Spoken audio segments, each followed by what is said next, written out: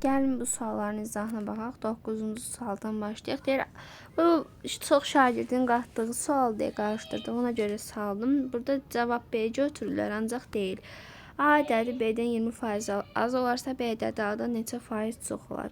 B, A. Ən rahatı odur ki, B-yə 100% desək, A neçə çıxacaq? 80%. Qoyun faiz də yazın. İndi 80'in neçə faizi qədər artırmaq lazımdır ki, bu bizə 100 versin. Baxın, burada nədir? Bura 20 eləməli, düzdürmü? 80x bölünsün 100 eləməlidir 20. 80x 20 yanında 2 sıfır, yəni 2000. Buradan bir sıfırlarımızı aparaq. Yəni 8'ə bölünmək çətin geçsə, yəni ons 25 çıxır. 4'ə ixtisar aparıb tapa bilərik ki, 25% cavab. Nə deyir bizə? Qutuda. Qoy indi bunun həllini silək. Daha rahat işləyək deyə.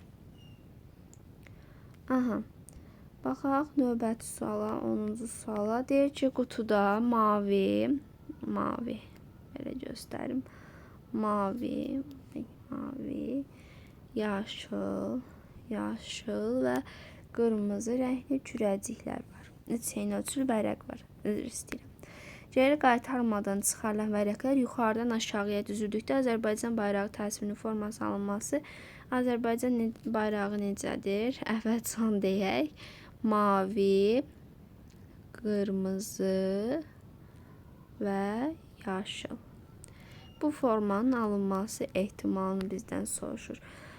Baxın, ümumi düzülüş hərəsi üçün 2 ola bilər, düzdürmü? Baxın, məsələn, mavi, yaşıl, qırmızı da olar, mavi, qırmızı, yaşıl da olar. Sonra yaşıl, mavi, qırmızı, yaşıl, qırmızı, mavi.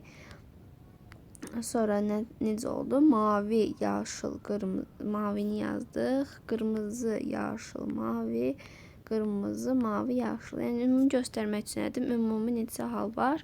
3 vuraq 2 saydı, 6 hal var. 6 haldan bir dənə alınması ehtimalı 1'dir. Yəni 6'da 1 cavabımız da C variantı.